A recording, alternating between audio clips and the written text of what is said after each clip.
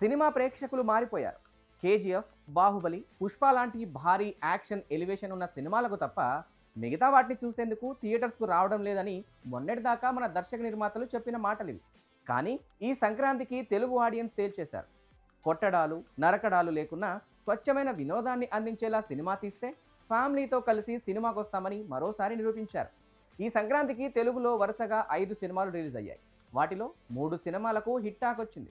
మిగతా 2 సినిమాలకు mixed talk వచ్చినా కూడా మంచి వసూళ్లను రాబడుతున్నాయి. ముందుగా హిట్ సినిమా గురించి మాట్లాడుకుందాం.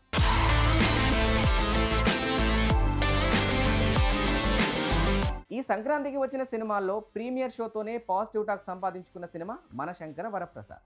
ఈ నెల 12న విడుదలై సూపర్ హిట్ టాక్తో దూసుకెళ్తోంది. ఇప్పటికే 260 కోట్లకు పైగా వసూళ్లు వచ్చాయి. ఇక ఆ తర్వాత వచ్చిన అనగనగా ఒక రాజు, నారీ నారీ నడుమ మురారి చిత్రాలు కూడా విజయాల బాట పట్టాయి. ఈ 3 సినిమాలను పరిశీలిస్తే ఓ విషయం మనకు స్పష్టంగా అర్థమవుతోంది. చెప్పుకోవడానికి ఈ మూడింట్లోనూ గొప్ప కథనమేం లేదు. నిజం చెప్పాలంటే అసలు ఈ సినిమాల్లో కథే లేదు. అయినా కూడా ప్రేక్షకులు కాసుల వర్షం కురిపిస్తున్నారు.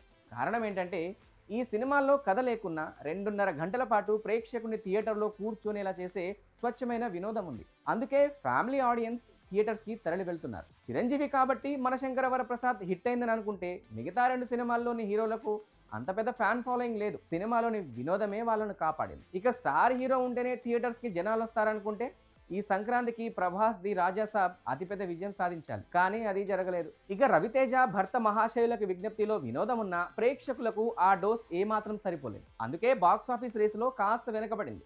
సంక్రాంతి కాబట్టే ఈ సినిమాలు ఆడుతున్నాయని చెప్పడం కూడా కరెక్ట్ కాదు. కామెడీ చిత్రాలు ఏ సీజన్లో వచ్చినా చూస్తారు. పండగకొస్తే ఇంకాస్త ఎక్కువ మంది చూస్తారు.